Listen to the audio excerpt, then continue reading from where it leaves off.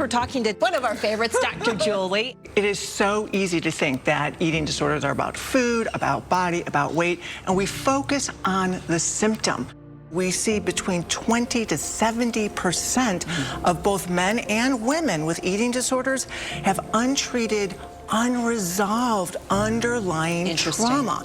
We want to look at interpersonal trauma, emotional neglect, emotional abuse, bullying, and certainly sexual trauma. Eating disorders, believe it or not, are about your relationship with your emotions and about your relationship with yourself.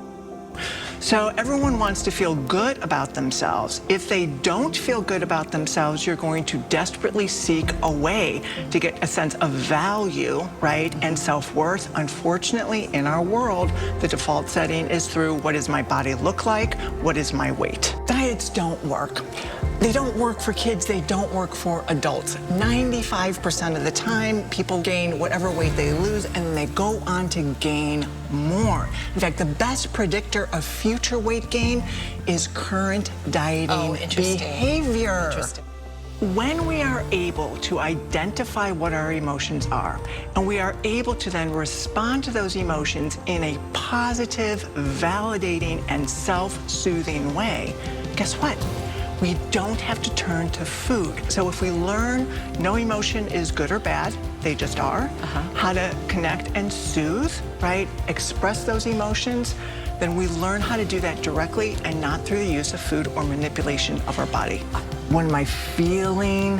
What am I needing that my psyche is reaching out to food to try to take care of or satisfy? So we want to first say, am I physically hungry? And if I am actually physically hungry, you want to allow yourself to eat without restriction, without food rules. It's about going back to our physiological cues of hunger and fullness, listening to our body instead of our mind that says I can have this or I can't, right?